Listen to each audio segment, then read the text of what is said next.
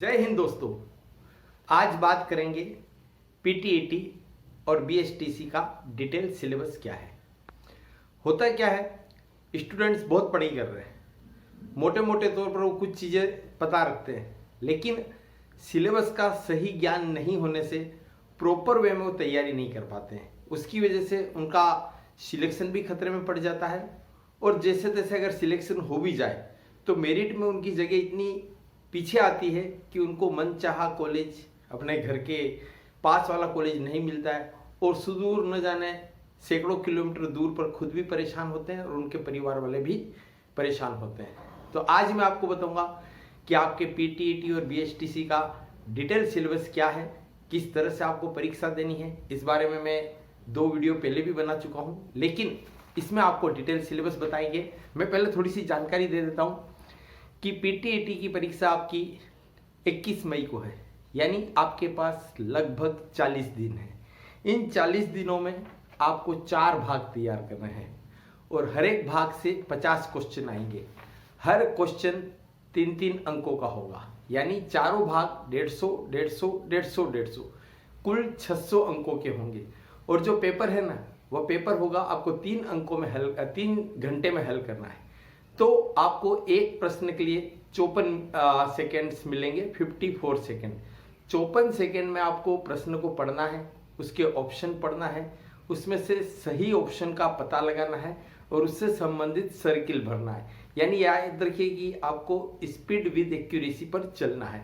अब इन 54 सेकेंड में एक आपके लिए राहत की बात है कि निगेटिव मार्किंग नहीं है, यानी आपको हर प्रश्न हल करना है। अब तुक्के कैसे लगाएंगे, क्या लगाएंगे, इस बारे में मैं एक वीडियो और बाद में बनाऊंगा। फिलहाल हम बात कर रहे हैं कि सिलेबस की डिटेल्स क्या है, ताकि आपको पता रहे कि इन 40 दिनों में आप बहुत अच्छे तरीके से, सिस्टमेटिक तरीके से क्या क्या पढ़े कि आपका सिलेक्शन अच्छी रैंकिंग के साथ सुनिश्चित हो जाए। यहाँ पर मैं आपको बता रहा हूँ कि जो आपके सिलेबस का पहला पार्ट है मेंटल एबिलिटी, याद रखिए मेंटल एबिलिटी बहुत टाइम कंज्यूमिंग होता है, इसलिए मैं यही सलाह दूंगा इसे आप सबसे आखिरी में हल करें।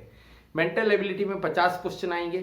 इन 50 क्वेश्चन, हर एक क्वेश्चन 3 अंकों का होगा, यानी यह भाग 150 अंकों का है।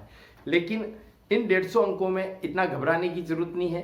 आपको मेंटल एबिलिटी में क्या क्या तैयारी करनी, अगर आपको कोई पर्टिकुलर टॉपिक टफ लगे तो आप उसे स्किप भी कर सकते हैं।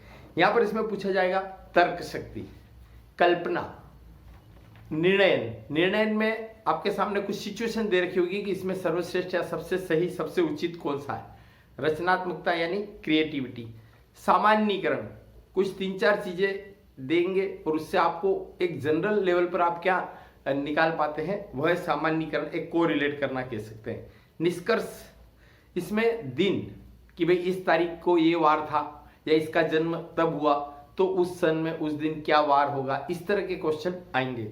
यहाँ पर एक बात और देख लीजिए, शब्दों की और अंकों की श्रेणी भी, सीरीज भी दी जा सकती है, जिसमें या तो पूछेगी श्रेणी का अगला पद कौन सा है, या कोई बीच में कोई पद विलुप्त हो, यानी खाली स्थान दे दिया और कहेगी बताइए यहाँ पर क्या आना चाहिए। यहाँ पर सुमेलन के लिए भी पूछा जा सकता है। कई बार सुमेलित करने वाले प्रश्न की बजाय उसमें से असंगत कौन सा है या फिर बेमेल कौन सा है उसे छाटिए, तो ये कोई बहुत ज्यादा टफ चीजें नहीं रहेगी। सिटिंग अरेंजमेंट में पूछा जा सकता है, इसके दाएं ये बैठा है, उसके बाएं ये बैठा है, इसका मुंह इस तरफ है, इसके इस तरफ इतने लोग बैठे हैं, उस तरफ उतने लोग बैठे हैं, तो बताइए ये कौन से स्थान पर होगा, या यह व्यक्ति कहाँ पर बैठा है।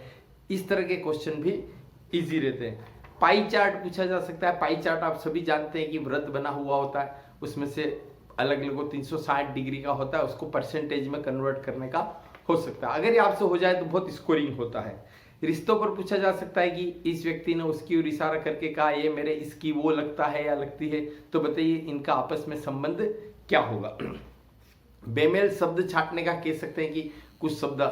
मानसिक जो योग्यता है उसमें कोडिंग डिकोडिंग के अलावा आप देखिए कि जो वर्ड वाला है ना, कि कुछ शब्द होंगे अंग्रेजी में, अब इसी क्रम में अगला शब्द क्या होगा, या एक्स को वाई लिखे, वाई को जेड लिखे तो इसको क्या लिखेंगे, इस तरह के प्रश्न भी आते हैं। यहाँ पर मैं आपको बताऊंगा कि ये तो हो गया मेंटल एबिलिटी, इसको आपको सबसे आखिरी में हल करना है, और ये सोचना भी नहीं है कि ये कोई बहुत ज्यादा कठिन है।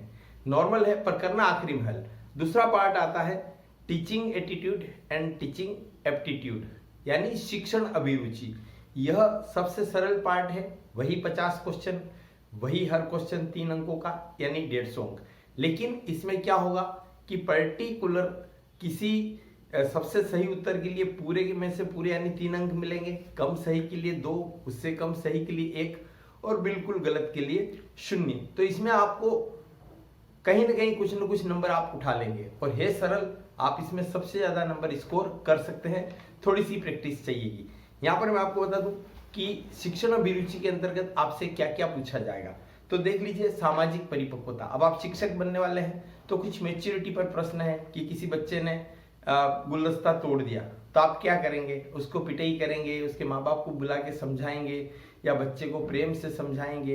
तो उनमें जो सबसे सही उचित ऑप्शन है इस तरह के आप बताएंगे जिससे एक शिक्षक के तौर पर आपकी परिपक्वता झलके। नेतृत्व, व्यावसायिक प्रतिबद्धता, यानी आप अपने शिक्षण के व्यवसाय पेशे के प्रति कितने कमिटेड हैं, उससे जुड़े हुए क्वेश्चन आएंगे। इसको आप एथिक्स भी समझ सकते हैं। सह संबंध, संचार, क्योंकि शिक्षक का काम ही कम्युनिकेट करना है, तो संचार और जागरूकता के बारे में प्रश्न पूछे जा सकेंगे। यह सबसे सरल और सबसे पहले करने लायक भाग है। तीसरा भाग है करंट। नॉर्मली स्टूडेंट घबराते हैं कि सर करंट तो महासागर, मतलब तीसरा पार्ट है जीके, जनरल नॉलेज, कि सर जीके तो बहुत महासागर है, अथाह है, कितना पढ़े क्या पढ़े। बिल्कुल डरने की जरूरत नहीं। सिलेक्टेड चुनिंदा क्वेश्चन ही आते हैं और एक स्टैंडर्ड के क्वेश्चन आते हैं, तो आपको उस हिसाब से सिस्टमेटिक तैयारी करनी। सबसे ज्यादा आपको फोकस करना है करंट पे। यहाँ मैं आपको बता दूं, अंतरराष्ट्रीय, राष्ट्रीय और राजस्थान तीनों स्तर के क्वेश्चन जीके में पूछे जाते हैं। अब इसमें क्या क्या इतिहास और संस्कृति से रिलेटेड प्रश्न आते हैं। प्राकृतिक संसाधन, प्राकृतिक संसाधन में थोड़े भूगोल से भी कोरिलेट हो सकते हैं जैसे, और कुछ साइंस से रिलेटेड भी आ सकते हैं जैसे ऊर्जा संसाधन, नवीकरणीय, अनवीकरणीय, और प्राकृतिक संसाधन में वन, वन्य जीव वगैरह उस तरह के। व्यक्तित्व पर प्रश्न पूछे जा सकते हैं जिसमें हमारे स्वतंत्रता सेनानी है और राष्ट्राध्यक्ष, वर्तमान में विश्व में किस देश में कौन व्यक्ति नए सिरे से चुन के आया है या अपने पद पर रिपीट हुआ है, इन पर क्वेश्चन पूछे जा सकते हैं। पर्यावरण जागरूकता, इस पर भी प्रश्न पूछे जाते हैं। इसमें थोड़ा सा विज्ञान का पुट भी हो सकता है और भूगोल का भी हो सकता है। यहाँ पर देख लीजिए, पुस्तकों के लेखक या लेखक ने कौन सी पुस्तक लिखी, इस पर भी प्रश्न मल्टीपल टाइम पूछे गए, फ्रीक्वेंटली पूछे गए। संविधान से रिलेटेड प्रश्न भी आते हैं। तो इस पार्ट में माय मिशन में जो फ्री क्लासेस चलती है, शुभम सर शॉर्ट ट्रिक से बहुत अच्छे और बहुत सारे प्रश्न तैयार करवाते हैं। भूगोल के मेरे ख्याल से मननजी द्विवेदी अल्टीमेट स्पेशलिस्ट हैं। पूरी टीम इसमें बढ़िया पढ़ा रहे हैं, तो इसमें आप चाहें तो मार्गदर्शन ले सकते हैं। अब आता है हिंदी और अंग्रेजी। जो चौथा पार्ट है वह है लैंग्वेज का, भाषा का। अभी आपकी चॉइस पर है कि आप हिंदी चुनते हैं या अंग्रेजी, दोनों में से कोई भी चुने, लेकिन पोर्शन आता है ग्रामेटिकल। वही सभी 150 अंक के हैं, 150 के, और वही 50 क्वेश्चन है, वही 3-3 अंक के, और किसी तरह की कोई निगेटिव मार्किंग नहीं है। अब देख लेते हैं कि लैंग्वेज में क्या पूछा जाता है। नॉर्मली देख लीजिए, संधि, समास। यहाँ पर मैं आपको संधि में बताऊंगा और समास में भी, कि अगर आप पुराने पेपर को देखें तो थोड़ा डीप में पूछा जाता है कि संधि में भी यण संधि, अयादि संधि, खाली संधि पर नहीं रुकते हैं, उसकी डीप में जाते हैं। समास में भी बहुब्रीहि समास क्या है, द्वंद्व समास क्या है, उस पर डीप में जाके भी क्वेश्चन पूछे जा सकते हैं। तो आपको अपनी मेंटेलिटी उस तरह की रखनी पड़ेगी। इसमें आप देख लीजिए, पर्यायवाची, विलोम शब्द कंपेरेटिवली ये इजी पढ़ते हैं। समानार्थी, शब्द युग्म, शब्द युग्म में 2 शब्द होते हैं, दोनों में से अर्थ, मतलब शब्दों का उच्चारण मिलता जुलता होता है, अर्थ उनके अलग अलग होते हैं, तो उनकी तैयारी करनी। कहावत, मुहावरे, ये सबसे इजी पार्ट में से माना जाता है। शुद्ध और अशुद्ध शब्द और वाक्य, कि वाक्य या शब्द में से निम्न में से कौन सा शुद्ध है, कौन सा अशुद्ध है, इस तरह के क्वेश्चन आ सकते हैं। पारिभाषिक शब्दावली में घबराने की जरूरत नहीं कि आप बहुत ज्यादा हिंदी अंग्रेजी के इनके अर्थ पूछ लिए। कुछ सिलेक्टेड जो प्रचलन में आते हैं, ऑफिशियल वर्ड्स होते हैं, उनके बारे में ही पूछा जाता है। हिंदी अंग्रेजी अर्थ वाला हो गया।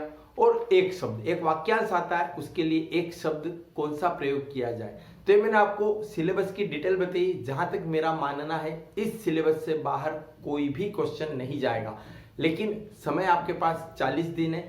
आपको सिलेक्टिव स्टडी करनी है और नॉर्मली 54 सेकेंड में एक प्रश्न करने का अगर आप कैलकुलेशन देखें तो जहां मेंटल एबिलिटी है वहां ऑलमोस्ट कैंडिडेट पूरा पेपर अपनी समझ के साथ सही हल करने में उनको थोड़ी सी प्रॉब्लम रहेगी।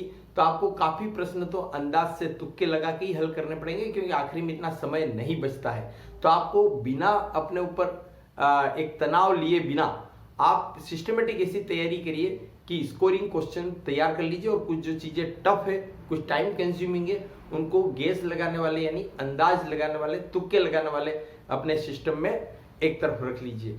मैं आपको अगले मेरे जो भी वीडियोस होंगे उसमें मैं बताऊंगा कि अलग अलग पोर्शन को कैसे हल करना, किस तरह के प्रश्न को किस तरह से हल करना, और आखिरी में जब कुछ भी नहीं सूझे, जब आप अंदाज भी नहीं लगा पाए, तब फिर कैसे उन प्रश्नों को हल करना। यह सिलेबस आपके बहुत काम आएगा, क्योंकि ऑलमोस्ट कैंडिडेट को पता ही नहीं होता है कि हमको वास्तव में क्या पढ़ना है, क्या छोड़ना है। तो यह आपके लिए एक बहुत अच्छा बेहतर मार्गदर्शक के रूप में काम करेगा।